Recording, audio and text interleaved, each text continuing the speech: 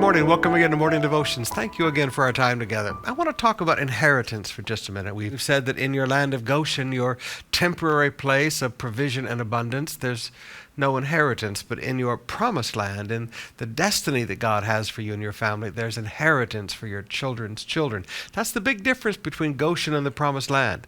Not in the abundance of the provision, but in the permanence of the provision. Inheritance is never mentioned in Goshen.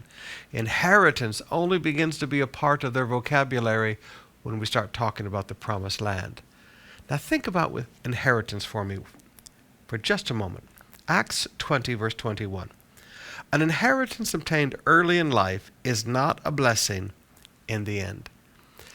Until young people learn the value of money, until young people learn how hard money comes, money doesn't come easy. Until the young people learn that, it's just too easy to spend money. Easy come, easy go was a colloquialism when I was a young person. Now, several applications of this. Number one, you need to have things set up in your family so that an inheritance transfers at your death. Now, when inheritance transfers at death, which is biblically when it should occur, the young people have grown up enough and they've matured enough and they've gone through enough hard knocks in life and they've had to work hard enough for their money that they understand the value of money. But when, like the prodigal son comes along and demands an inheritance while mom and dad are still alive, they're still too young. And like that prodigal son, they're going to go off and waste it.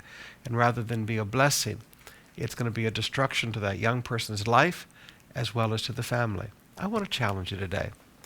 Work through the inheritance of your family in such a way that the young people don't receive it until they get older. Because when they're older and they understand the value of money, the inheritance is a blessing.